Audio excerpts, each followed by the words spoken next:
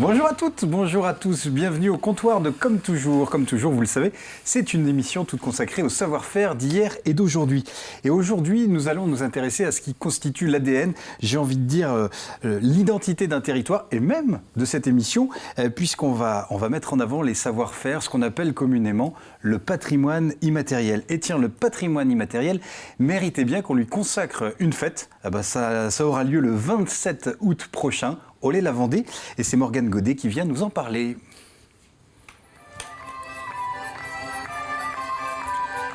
Le philosophe Gunther Anders affirme qu'il ne suffit plus de transformer le monde, avant tout, il faut le préserver. Tiens, savoir d'où on vient pour savoir où on va. Et il ne s'agit pas d'un retour au passé, mais plutôt d'un recours au passé comme arme pour l'avenir. Alors, s'il est acquis, et c'est tant mieux, qu'il faut préserver le patrimoine, on entend souvent par le patrimoine les vieilles pierres, notre patrimoine foncier, notre patrimoine bâti, pardon.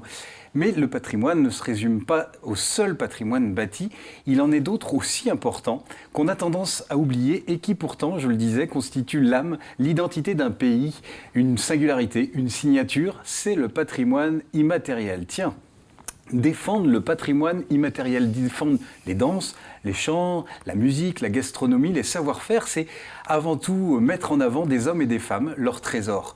Défendre le patrimoine immatériel, c'est entrer en résistance contre la massification, c'est vouloir dépasser la vitrine touristique et marketing d'un pays. Mais on s'aperçoit aussi parfois qu'il est plus facile de défendre une culture qui vient de l'autre bout du monde que celle qu'on a chez soi, comme si on n'était pas capable de voir les trésors qui sont là, juste à nos pieds. Alors pourquoi est-ce si difficile de défendre, de préserver notre patrimoine vivant, notre patrimoine immatériel?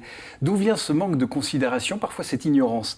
Alors pour mettre en avant le génie de nos pays, le département a mis en place une biennale du patrimoine immatériel, l'occasion de mettre à l'honneur et de se faire rencontrer tous ceux qui font la Vendée d'aujourd'hui à travers la transmission des cultures populaires. Rendez-vous, je le disais, le 27 août prochain. Retrouvez diseurs, danseurs, musiciens, violonneux, diatonneux, diseux pour le plaisir de la langue, des musiques et de la fête. Quel en est le programme? Quelle est la philosophie de ce rendez-vous? Le concept? Quel avenir pour les cultures populaires? Voilà autant de questions que nous allons poser à notre invité. Bonjour Morgane Godet. Bonjour. Soyez la bienvenue. Merci. On est très heureux de vous avoir et j'ai envie de dire en exclusivité parce que vous allez nous parler, finalement, nous dévoiler quelques secrets de cette fête Ollé-la-Vendée qui aura lieu fin d'été prochain. Mais avant de nous donner les coulisses de la préparation, puisque vous en êtes la médiatrice, permettez-moi de vous présenter deux chroniqueurs inscrits au patrimoine de l'humanité. Deux Jean-Pierre Précieux, nos deux Jean-Pierre. Mais c'est vrai, c'est du patrimoine vivant, regardez. Ah mais ça bouge. Et que du naturel, complètement biodégradable. Ah oui, il n'y a pas de produits. Ah non, pas de produits rajoutés. De l'authentique. De l'authentique, du vrai, du pur, du dur. Avec des belles lunettes. Mais on sait que ça ne dure pas. Bonjour Jean-Pierre Couvreau. Bonjour. Comment on va? Mais on va bailler. Bon. On va bailler comme on aime d'aller, mais je vais. Bon. Vous êtes en pleine forme, j'ai vu que vous aviez ramené de quoi boire. Ah ben mettez-y un petit quand même, parce que je vais pas le dire en patois, nous sommes d'obédience judéo-chrétienne, Oui. Et un jour on a appris à l'école que Jésus avait changé l'eau en vin, et non pas l'inverse. Et donc nous on continue à perpétuer cette reconnaissance du travail artistique qui est que d'élaborer une boisson naturelle à base de vin, à base de vigne et de raisin. Jésus, il a dit aussi à consommer avec modération. Jésus, il a pas dit, il a dit les petits pains, il fallait les consommer avec modération. Les petits pains. Chacun a bien sa lecture précise. Les petits pains au levain. Ah. Non, mais tous les viticulteurs, je ne connais aucun qui est alcoolique, pas plus que les producteurs de poire, de cognac. Non, mais... Les gens du cru qui font un métier comme ça, c'est les meilleurs défenseurs du goût pur. Pas de l'alcoolisme. Et c'est vrai que le vigneron dont il est question, oui. On l'avait reçu sur le plateau, oui. Et c'est un excellent vin, mais toujours quand même, malgré tout, bien consommer sûr, avec modération. Bien sûr. Jean-Pierre Bertrand, bonjour. Comment Grand va? bonjour. On va vrai ben. Bon, vous serez de la fête? Oui. Ollé-la-Vendée? Oui, Israël. Vous êtes un peu dans les starting blocks, l'organisation aussi? Oh non. Non, moins? Oh non. Ah, non, c'est la jeunesse. C'est ça. Voilà. En fait, vous aimez la transmission. Transmetteur. C'est ça. Ouais. Non, c'est bien. Ah, c'est une belle image. Il faut un bon dérailleur. Et alors, au menu de votre chronique? Ben, justement, quelques images de cette grande manifestation. Oui. D'accord. On aura quelques extraits. Morgane Godet, donc je disais que vous êtes la médiatrice de cet événement, organisé par le département, en lien avec plein de partenaires finalement. Et peut-être qu'avant de nous lancer dans le programme et puis le concept de Olé la Vendée, il est peut-être bon de redire ce qu'est le patrimoine immatériel. C'est vrai qu'on en parle comme si c'était acquis. On dit souvent que cette émission, elle est consacrée au patrimoine immatériel, mais c'est quoi exactement le patrimoine immatériel ? C'est un peu comme vous l'avez dit dans l'introduction, c'est que c'est tout ce qui est, tout ce qu'on ne peut pas forcément toucher, et qu'on ne peut pas forcément, à l'inverse des monuments, plutôt tout ce qui est autour de nous et ce qui crée aussi notre identité, donc les savoir-faire, les danses, les chants, les pratiques festives, la langue, on vient de parler en langue un peu régionale, voilà, ça fait partie aussi du patrimoine immatériel. Et on s'aperçoit aussi que justement, on a un petit peu catégorisé patrimoine matériel et patrimoine immatériel, sauf qu'en fait, pour un bâtiment, pour construire un bâtiment, il nous faut aussi des savoir-faire derrière, donc il nous faut aussi ce patrimoine immatériel, des gestes, évidemment la transmission orale, donc à travers la musique aussi. En fait, on a une définition qui a été donnée par l'UNESCO, donc qui est justement ces différentes catégories.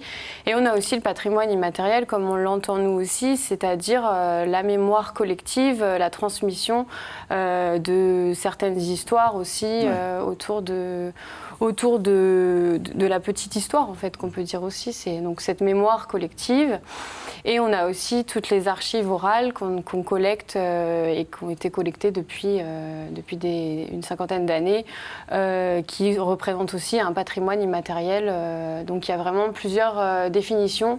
Et pour Olé la Vendée, c'est de montrer surtout ce que c'est que le patrimoine immatériel, un peu au sens quand même de l'UNESCO et donc du patrimoine du PCI, de la France aussi, puisque c'est l'UNESCO, mais c'est aussi un inventaire qui est fait dans les différents pays qui sont signataires de Trésor national. Voilà, aussi. C'est ça.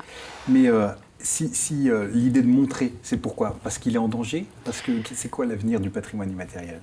Eh bien, il est en danger à la fois sur certaines pratiques, oui. Et c'est aussi, c'est le but aussi justement des inscriptions aux inventaires, c'est aussi de défendre des pratiques qui sont parfois en perdition parce que manque de bénévoles, parce que manque de motivation. Une génération qui disparaît aussi. Une génération qui disparaît et qui transmet ou qui n'a pas transmis parce que la génération où il y a eu une coupure parfois. Donc ça dépend, je dirais que ça dépend un peu de la pratique et du fait. Ça dépend de l'élément, mais en général, c'est quand même aussi, on le défend aussi parce que c'est aussi une partie qui est menacée, mais pas que, pas uniquement. Il faut que ce soit, il faut que ce soit quelque chose qui soit en fait, qui vienne de la tradition, mais qui soit aussi en permanence en recréation. C'est ça. Donc, ce qui fait qu'il faut que ça évolue. Vivant. Que ce soit vivant. Et donc, c'est pour ça qu'il faut que ça ait cette définition-là. Donc, il faut que ça soit vraiment vivant et que ça ne soit pas que menacé, justement. Et le fait que le patrimoine immatériel repose beaucoup sur l'oralité, on est dans une société de l'écriture où c'est écrit, c'est vrai, c'est scientifique, c'est la reconnaissance, elle est souvent, elle passe par l'écrit. Est-ce que c'est pas aussi la faiblesse du patrimoine immatériel?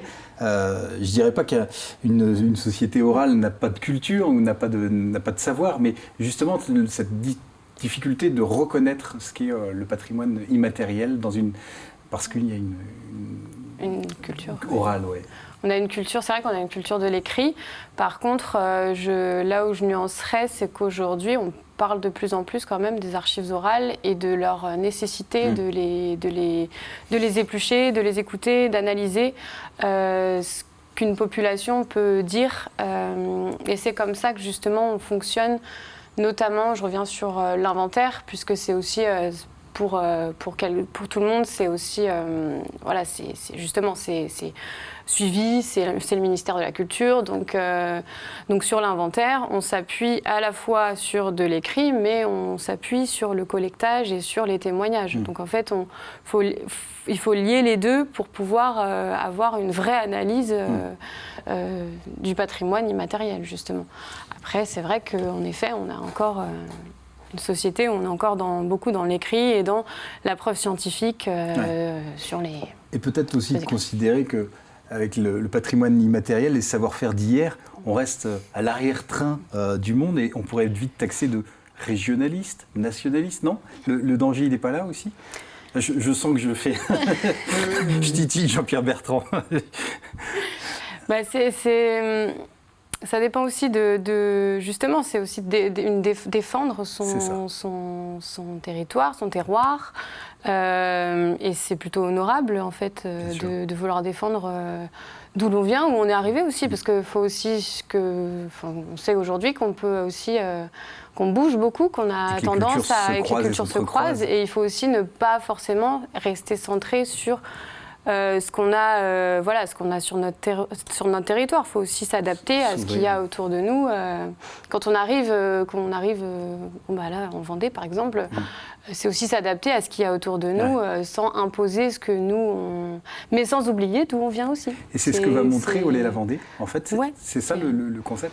Le concept, c'est surtout de montrer ce qu'on a en Vendée, mais on pourrait le faire dans tous les départements, de faire une grande fête comme celle-là. Mais c'est pas le cas, donc on a la chance de l'avoir en Vendée. Et c'est de montrer un petit peu au grand public, aux familles, ce qu'on a autour de nous, parce c'est vrai qu'en effet, on oublie un petit peu qu'on a, c'est ce que vous disiez dans l'introduction, ce qu'on a juste à nos pieds et devant nous, et qui ne demande qu'à être montré. Du coup, ça veut dire que pour ce rendez-vous, c'est aussi toute une dynamique qu'on retrouve tout au long de l'année dans des associations qui travaillent sur les cultures populaires, qui viennent là se donner rendez-vous, c'est ça ? Donc on va retrouver plein de disciplines ? C'est ça. Donc je vais recontextualiser un petit peu la première édition qui était donc le 29 août 2021. En fait, c'était le résultat de plusieurs séminaires qui ont été organisés dans le cadre de Vendée 2040. Donc en 2019, donc plusieurs rencontres entre les acteurs et les associations qui ont permis en fait de faire une liste de choses qui pourraient être faites pour justement montrer un peu le patrimoine immatériel et puis le valoriser. Et l'idée d'organiser une fête a été l'un des concepts en fait qui a été proposé, que le département a choisi de mettre en place. Donc c'est d'abord venu d'un mouvement en fait entre les associations qui s'étaient retrouvées autour de plusieurs échanges dans plusieurs communes de la Vendée.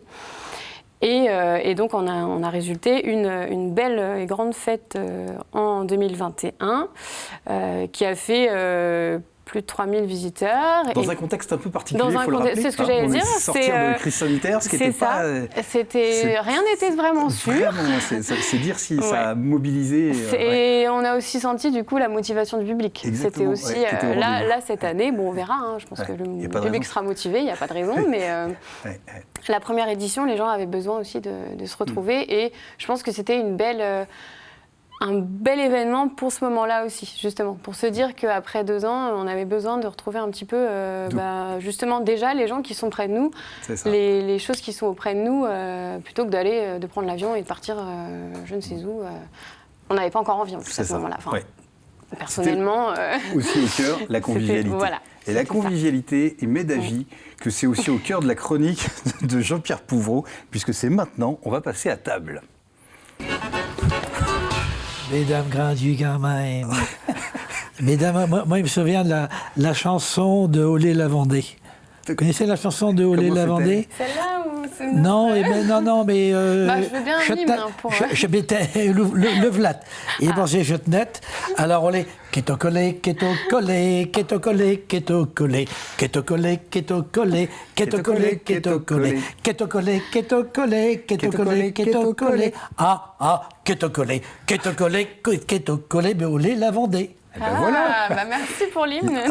Attention, voilà, il est ici. Alors, il y a des droits d'auteur. C'est facile à transmettre. L'air est déjà connu. Il est surtout pas vendé. Mais on a dit que c'était l'ouverture des cultures, Jean-Pierre Bertrand. Oui, on va essayer. Voilà. Alors, le tout maintenant, c'est de propulser les paroles, le vocabulaire. Voilà, chanteur, réalisateur, auteur, assaiseur. Dans le propos, c'est qu'on minimise la langue parce qu'à chaque couplet, tu aurais dû prendre une des formules. Non, mais c'est l'interrogation. Après, il faut développer. De différents coins de Vendée. Voilà. Mais moi, je vous donne l'essence même qui demande qu'à être développée. Évidemment, moi, je vous donne la base. C'est le génie créateur. Après, il transmet. Après, je transmets à vous de développer après tout ce qu'il y a développé autour de cet hymne. Bon, de Olé la Vendée. Alors, le 27 août, il va chanter quelque chose. Le président du département viendra lancer la manifestation aux entend Keto collé la Vendée, sans oublier de citer son auteur Jean-Pierre Pouvreau. Non, mais l'avantage qu'il y a, c'est que c'est facile à retenir. Ouais. On peut développer tous azimuts, c'est vrai. Moi, je me sens frustré parce que c'est pas ce que je dirais dans ma langue. Et dites donc, du Maréchine. Vous diriez comment? Keto collé, ça c'est le bocage. Keto collé, ouais, mais le patois, à une syllabe près, d'un pays à l'autre, là on peut en parler. C'est beaucoup plus beau. Qu'est-ce que les cochets, gamin? C'est quelque chose. Et on n'a pas commencé à déguster. Oui, c'est ce que j'allais dire. Je vérifiais que la bouteille n'était pas débouchée parce que je me suis dit, il est inspiré, mais c'est pas normal qu'il soit inspiré comme ça. Alors, parce que normalement, j'aurais dû, pour être vraiment inspiré, j'aurais dû pouvoir goûter. Oui. Voilà. Alors bon, Éric Sage, c'est un viticulteur qui fait de la culture de la vigne en biodynamie, entièrement bio et naturel. C'est quelqu'un qui a beaucoup de mérite et qui valorise les vieux cépages comme le franc blanc. Du côté de Brême. À Brême-sur-Mer. Voilà, il y a des photos et tout ça. À Brême-sur-Mer, et c'est quelqu'un qui mérite à être connu puisqu'il fait un travail d'artiste. Et il faut en parler pour que les gens aient la curiosité d'aller le voir, de l'écouter parler de sa façon de vinifier et de déguster un petit peu des vins qui sont l'équivalent. Bon, là, j'ai ramené un vin qui me plaît beaucoup, c'est un franc blanc. Et les francs blancs, j'ai une anecdote. Quand ma petite sœur avait fait sa communion, on avait acheté du franc blanc à Brême et il était imbuvable. Et il était imbuvable. Il était soufré, il était imbuvable. Et le père Barbeau, qui était viticulteur là-bas, avec sa fille, la grande Guiguite, m'a dit « Mon petit gars, tu peux prendre Chauvin, tu vas voir, laisse-le vieillir, dans 4-5 ans, tu verras comment il sera. » Alors, imbuvable. Alors, j'en achète 2 ou 3 caisses. Je les oublie dans ma cave. Et il a commencé à être buvable 10 ans après. Ah oui, non mais vrai, incroyable. Et j'en ai parlé à Éric Sage, il m'a dit, mais c'est normal, c'est des francs blancs, c'est des bases chenin, et c'est des vins blancs qui méritent à être vieillis, et ça a été vulgarisé par les Hollandais, qui emmenaient ces vins-là chez eux par la mer, et donc qui avaient besoin de vins qui tiennent la mer, et puis qui puissent vieillir sur les bateaux et chez eux après. Voilà, et donc ça a été vulgarisé par les Hollandais, mais on n'a plus le droit. Alors là, c'est un franc blanc qui est vendu sous l'appellation Bout au vent, voilà. Et donc, c'est l'équivalent des Bourgognes, des Chablis. Et honnêtement, si on a la patience de les faire vieillir, si on ne montre pas l'étiquette avant, moi, tous les gens qui venaient à la maison disaient bon, qu'est-ce que c'est? Devinez. On dit ça, ça c'est un Chablis, c'est un... Ah non, c'est pas un Chablis. Et c'était curieux. Bluffant, et à la fin, je leur disais, non, c'est un vin de... Quoi? Un vin de Brême. Mais il a été bon qu'au bout de 10 ans, ce qui est exceptionnel. Voilà. Et donc, Éric Sage, il fait plein d'autres vins. Il fait de la négrette, il fait des gros lots gris, il fait du cabernet rouge. Mais la négrette et le franc blanc, je trouve que c'est des vins qui méritent d'être découverts. Et ça se marie avec quoi on fait des moules au franc blanc, c'est fabuleux. Des moules de l'aiguillon avec un petit peu d'échalote, d'ail, du thym, du laurier, une dose de franc blanc et un petit peu de crème quand même. Quand même, il y a longtemps qu'on l'a entendu. Excuse-moi, cette crème. un petit peu de crème quand même, faut pas non plus exagérer. Ouais. Et à ce moment-là, vous faites ouvrir vos moules, c'est bon, juste fait, et c'est bon le lendemain. On mélange un petit peu le jus de cuisson avec de la mayonnaise et on mange les moules décoquillés sur une coquille avec le lendemain froid et c'est un vrai bonheur. Maintenant, je C'est vrai, parce que m'excuse. j'allais dire, vous parliez, mais Oui, je buvez parle, maintenant. mais oui, non, mais voilà, j'aurais ben- peut-être dû le déboucher avant, mais Alors, je viens de Jean-Pierre. dire que c'était à partir de Chenin. Alors, je suis très surpris parce qu'en fait, le franc blanc, c'est le nom local de ce que l'on appelait autrefois la folle. Ah oui, d'accord. Et la folle, Le c'est ce vin qui rend donne les le fous. gros plan Ouais. et le franc blanc. Donc, fait avec du Chenin, ça me surprend. Dixit. non, mais voilà. voilà. À prolonger. Chenin, je peux pas te dire. Le franc blanc ouais. traditionnel. Il y avait peut-être plusieurs manières de cité faire du franc blanc. par Rabelais. Ah quand ouais. même. Ouais. Et donc voilà. Ce que je vous propose, on va passer tout de suite à votre chronique, Jean-Pierre Bertrand. Comme ça, on terminera par le programme d'Olé la Vendée. 30 secondes de oui, silence. 30 secondes. Voilà, le bruit sacré est venu. Ça aurait pu être le début de votre jingle, mais il arrive maintenant. Oui, on va justement se mettre en appétit. Les images que l'on va voir, ce sont des images qui ont été tournées il y a 2 ans. Donc ça va déjà nous mettre en appétit. C'est un petit peu le menu qu'on affiche à l'entrée du restaurant, que l'on va voir maintenant. Et puis, il va être mis au goût du jour par Morgane qui va nous en dévoiler parler. Très bien. le menu de cette année. On regarde et on écoute.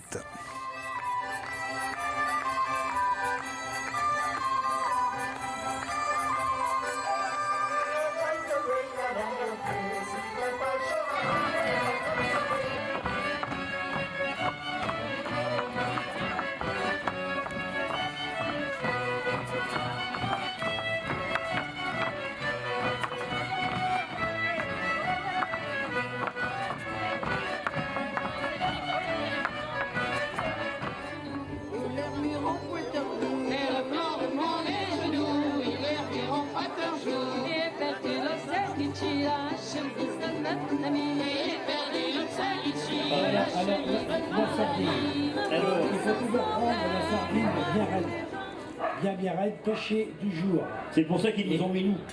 Voilà. Après l'avoir taillé. Taillage. Il y a un petit morceau de poivre taillé derrière.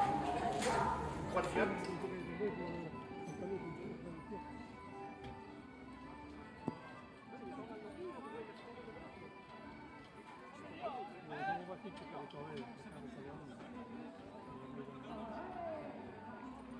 Alors, Oui, les images qu'on a vues. Les images qu'on a vues, c'est un bon mélange, puisqu'on avait la partie folklore avec les joyeux vendéens du Boupère, et la partie actuelle, c'est-à-dire un regroupement de tous ces gens qui, en Vendée, pratiquent la musique traditionnelle, mais sans, j'allais dire, nostalgie de rien du tout. Oui, c'est pour le plaisir, bonheur, le plaisir, voilà, qui font vivre les musiques actuelles.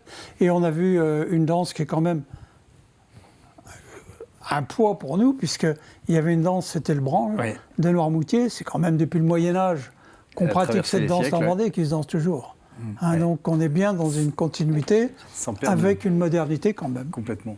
Puis on a vu un Jean-Pierre Pouvreau derrière, parce que la gastronomie n'était pas oubliée aussi, Oui. me semble-t-il. Et elle ne sera pas oubliée, c'est vrai. Morgane, précisez-nous un petit peu ce qui nous attend. Eh bien, pour cette année, alors déjà on met un peu l'accent sur la participation. On veut que le public participe un peu plus, que ce soit plus interactif qu'en 2021. Donc pour ça, il y aura un petit peu plus d'ateliers et peut-être un peu plus de tests et il y aura moins une grosse scène comme en 2021. Donc il y aura plus de petits pôles en fait, de petits espaces. Et donc au niveau de la programmation, on travaille à développer justement encore plus le pôle gastronomique qui a beaucoup plu l'année dernière mais qui était un petit peu dans un plus petit coin. Donc là, c'est vraiment de développer ça. Et l'idée, ce serait de faire venir des amateurs, donc de faire un concours d'amateurs le matin. D'accord. Donc voilà. Et puis sinon, continuer avec le pôle un peu conte, la danse, le chant, la musique. Alors ce qu'on a aussi de différent par rapport à 2021, c'est la venue d'artisans d'art. D'accord, oui. Donc là, justement, on est vraiment dans on va montrer encore les savoir-faire un peu traditionnels comme en 2021, sauf que cette année, on va aussi essayer de faire des duos un petit peu pour avoir ce qu'aujourd'hui on fait avec justement à partir de ces bases-là. Et puis on aura un groupe de musique. Voilà, je ne vais pas forcément les citer parce que sinon je vais tous les citer. Bien sûr. Non, c'est dire si le menu est alléchant et généreux. Il y aura encore beaucoup de structures et d'associations. Notamment en 2021, il y en avait plus de 30 associations réunies, plus de 3000 personnes à venir. Donc on espère qu'il y aura autant de personnes. Il n'y a pas de raison. Et je pense que ce sera encore très festif, une belle journée, dans un beau lieu, puisque c'est au Luxe-sur-Bologne, et c'est dehors. Ouais. Donc, et le soleil sera au rendez-vous. Et le soleil sera au rendez-vous. Mais oui, il sera là. En tout cas, dans les cœurs, ça c'est sûr. Ça c'est sûr. Merci d'être venu nous en parler. Moi, je voudrais préciser quelque chose quand même. Pour les téléspectateurs, c'est qu'ils pourront nous retrouver en chair et en os. Ah bah oui, du coup, c'est ce que j'allais dire. Je vous laissais le dire, mais... C'est l'occasion. Et gratuitement. C'est vrai, c'est... On se donne rendez-vous à l'Historial. On se donne rendez-vous. Le 27 août. Merci Morgane. Voilà. Merci, donc et on se dit là, avec un programme tout neuf, parce que cela c'est ce 2021. L'hymne qui est au collège, on l'arrange. Ça peut se développer. Ouais, on va l'arranger d'ici le 27. Ok, pas de problème. J'en profite alors, on se voit fin de l'été à Béthout. Merci Morgane. Et puis j'en profite pour remercier, parce qu'on arrive sur la dernière émission de notre saison, pour vous remercier aussi téléspectateurs pour votre fidélité et toutes les équipes de TV Vendée qui travaillent à cette émission.